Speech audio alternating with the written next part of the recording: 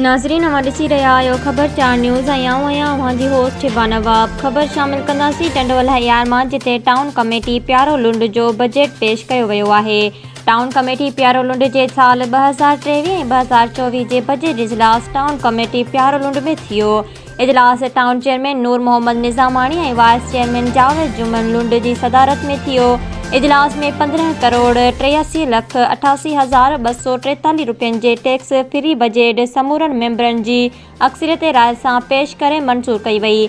Budget इजलास में पघार ऐं पेंशन जी मुद में 7 करोड़ 99 लख 11 हज़ार 206 रुपया रखिया विया, जिन त ऑफिस ख़र्च, गाॾियुनि जे तेल ऐं मरम्मत, बरसाती पाणी नेकाल करण ऐं सफ़ाई सुथराई लाइ 2 करोड़ 22 लख 25 हज़ार मंज़ूर कया विया।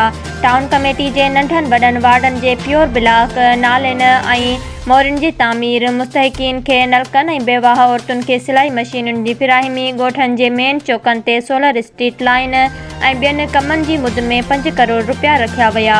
उन मौक़े ते टाउन कमेटी चेयरमैन नूर मोहम्मद निज़ामाणी, वाइस चेयरमैन जावेद जुमन लुंड ऐं ॿियनि ॻाल्हाईंदे चयो त 15 करोड़ रुपयनि जे टैक्स फ्री बजट पेश करे समूरनि मेंबरनि जी अक्सरियत राय सां मंज़ूर कई वई आहे। कोशिशि कंदासीं त वधि खां वधि टाउन कमेटी जे आवाम जी भलाई जा कम करियूं। हुननि जो त पीपल्स पार्टी हमेशह आवाम जे हक़नि जी जदोजहद कई आहे। असां आवाम जी ख़िदमत जो मिशन खणी निकिता आहियूं, वधि खां वधि आवाम जी ख़िदमत कंदासीं। उन मौक़े ते इजलास में टाउन ऑफिसर फियाज़ हुसैन शाह, फ़कीर एजाज़ अली कलंदरी ऐं ॿियनि मेंबरनि शिरकत कई।